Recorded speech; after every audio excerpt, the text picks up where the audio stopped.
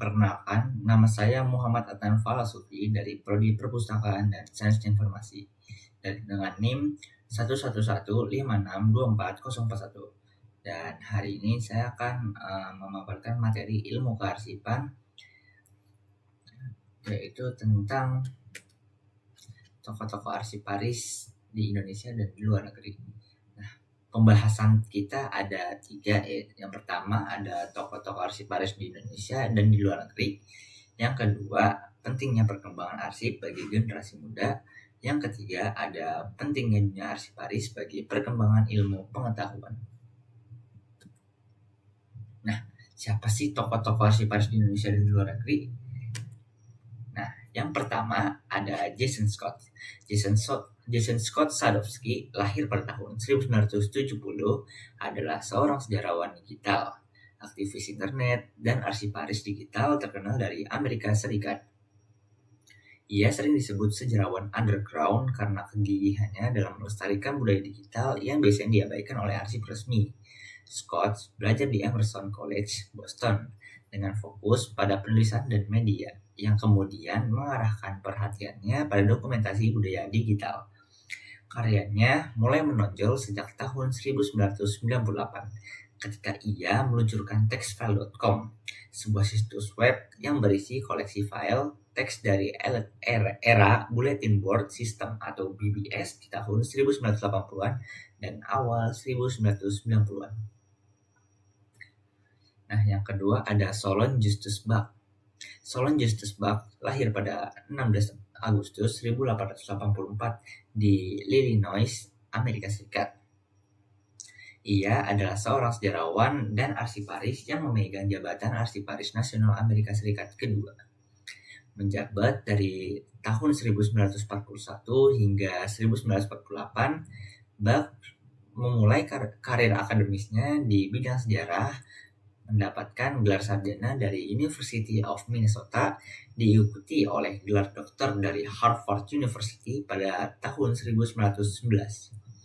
Karirnya dimulai sebagai profesor sejarah sebelum ia tertarik dengan ilmu arsip dan sejarah dokumenter. Ia juga dikenal sebagai direktur pertama dari Minnesota Historical Society pada tahun 1914 hingga 1931 sebelum bergabung dengan National Archives and Record Administration atau NIRA pada tahun 1935. Penemuan dan karya Jason Scott Sadowski adalah textfile.com pada tahun 1998. Jason Scott mengumpulkan ribuan file teks dari BBS yang menjadi sumber utama komunikasi daring sebelum internet berkembang pesat.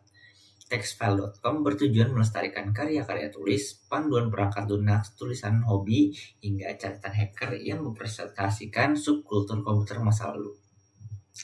Yang kedua ada The BBS Documentary pada tahun 2005. Scott menyutradarai dan memproduksi dokumenter berjudul dengan BBS Documentary yang terdiri dari 8 bagian dan mendalami sejarah BBS dan dampaknya terhadap perkembangan internet. Dokumenter ini mencakup wawancara dengan berbagai tokoh penting dalam komunitas BBS, mulai dari pengguna, pengembang perangkat lunak, hingga penyedia layanan BBS. Yang ketiga ada Internet Archive 2009 hingga sekarang. Jason Scott bergabung dengan Internet Archive pada tahun 2009, di mana ia mulai terlibat dalam berbagai proyek pelestarian digital. Salah satu proyek utama yang ia kerjakan adalah The Console Living Room The Internet Arcade, di mana ia dan timnya menggunakan teknologi emulasi untuk menyelamatkan dan menyediakan akses kepada video game konsol dan arcade dari era 1970-an hingga 1990-an.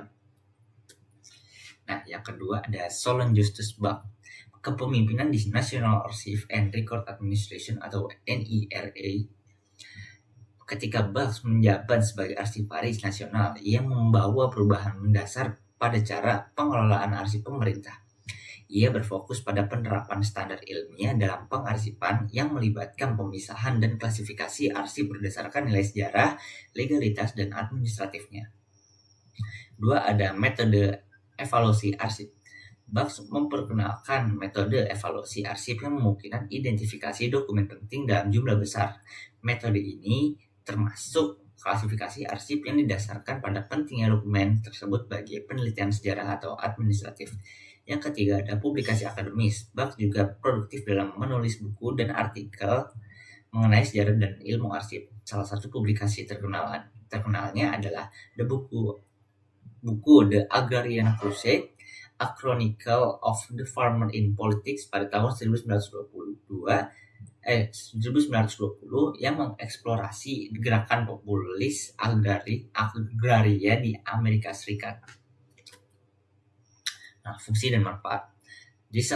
Karya Jason Scott di textfile.com, The BBS Documentary dan Internet Archive memiliki nilai jangka panjang dalam konteks pelestarian budaya digital. Textfile.com misalnya menjadi rujukan utama bagi peneliti yang ingin mendalami asal-usul perkembangan subkultur daring. Arsip ini mencerminkan dinamika sosial komunitas komputer era awal yang jarang tercatat dalam arsip formal. Di Internet Archive, karya Scott menjaga akses ke perangkat lunak, game, dan situs web lama yang sudah tidak lagi beroperasi, namun memiliki sejarah yang penting.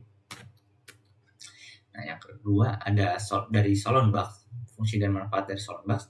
Solonbugs memberikan dasar bagi manajemen arsip modern dengan memperkenalkan metodologi evaluasi arsip yang efisien dan ilmiah. Upaya Bugs ini membantu memastikan bahwa dokumen-dokumen penting dari pemerintahan Amerika Serikat terjaga untuk keperluan administratif maupun penelitian. Standar yang ia kembangkan juga diterapkan di banyak negara lain yang menjadikan metodologinya sebagai metode pedoman untuk mengelola dokumen publik dan sejarah. Nah, yang kedua ada, kita pindah nih ke tokoh-tokoh arsiparis di Indonesia, yaitu Drs. Mustari Irawan MPA. Drs. Mustari Irawan MPA adalah sosok yang memainkan peran penting dalam modernisasi dan pengembangan arsip nasional Republik Indonesia atau ANRI. Ia menjabat sebagai kepala ANRI dari tahun 2016 hingga 2020 dan telah berkarir di lembaga tersebut selama beberapa dekade. Berasal dari latar belakang pendidikan administrasi publik, Mustari memahami betul pentingnya pengelolaan data dan arsip negara untuk kepentingan administrasi, hukum, serta sejarah bangsa. Nah, yang kedua ada Dr. Asfi Warman Adam. Dr. Asfi Warman Adam adalah seorang sejarawan terkemuka dan peneliti di Lembaga Ilmu Pengetahuan Indonesia atau LIPI, khususnya dalam bidang sejarah dan kearsipan. Lahir di Bukit Tinggi, Sumatera Barat pada tahun 1954. Ia menempuh pendidikan di Universitas Gadjah Mada atau UGM dan beberapa universitas di luar negeri. Penemuan dan karya. Nah, penemuan dan karya dari Drs. Mustari Irawan MPA adalah di bawah pemimpinan Mustari Irawan, ANRI mengalami perubahan besar. Salah satu terobosan terpenting yang ia perkenalkan adalah digitalisasi arsip-arsip nasional. Program ini bertujuan untuk mengubah format arsip dari fisik ke digital, melestarikan berbagai dokumen penting agar lebih awet dan mudah diakses. Digitalisasi ini tidak hanya menjamin bahwa arsip-arsip penting tidak akan rusak seiring waktu, tetapi juga memungkinkan publik mengakses arsip ini dengan lebih mudah melalui sistem online. Inisiatif ini adalah bagian dari program e-archive yang dikembangkan untuk mengurangi ketergantungan pada format arsip fisik yang rentan terhadap kerusakan dan kehilangan. Nah, kalau dari Dr. Asfi Warman Adam, salah satu kontributor besar Asfi adalah dalam upayanya untuk membuka akses publik terhadap arsip-arsip yang berkaitan dengan sejarah Indonesia, terutama arsip-arsip yang menyangkut peristiwa politik yang kontroversial dan peristiwa penting lainnya.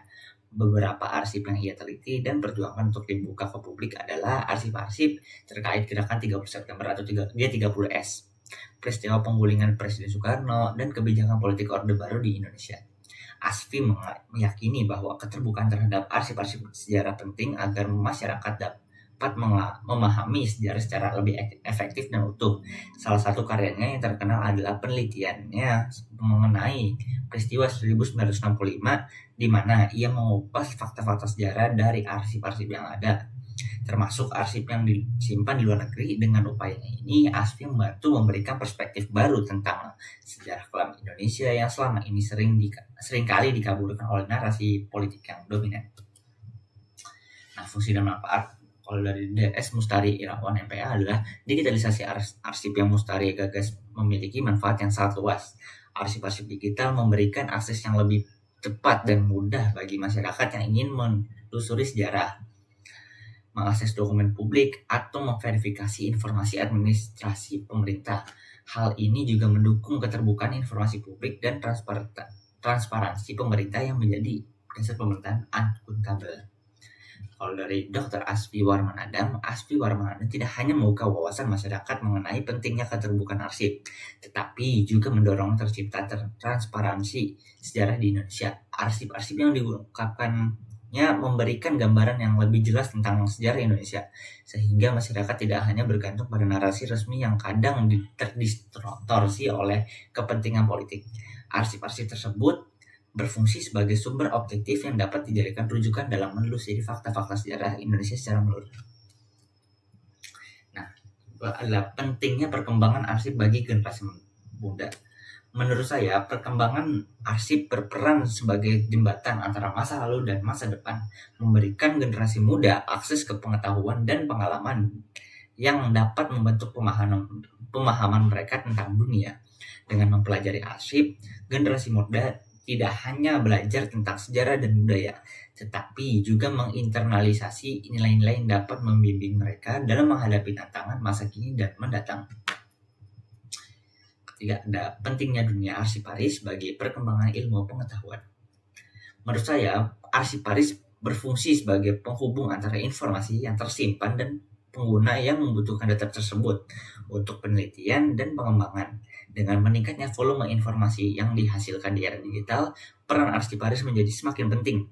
Mereka tidak hanya mengelola arsip fisik, tetapi juga beradaptasi dengan teknologi digital yang memungkinkan penyimpanan dan pengelolaan arsip dalam bentuk elektronik seperti gambar, suara, dan video. Hal ini memfasilitasi akses yang lebih cepat dan efisien terhadap informasi yang diperlukan untuk penelitian ilmiah.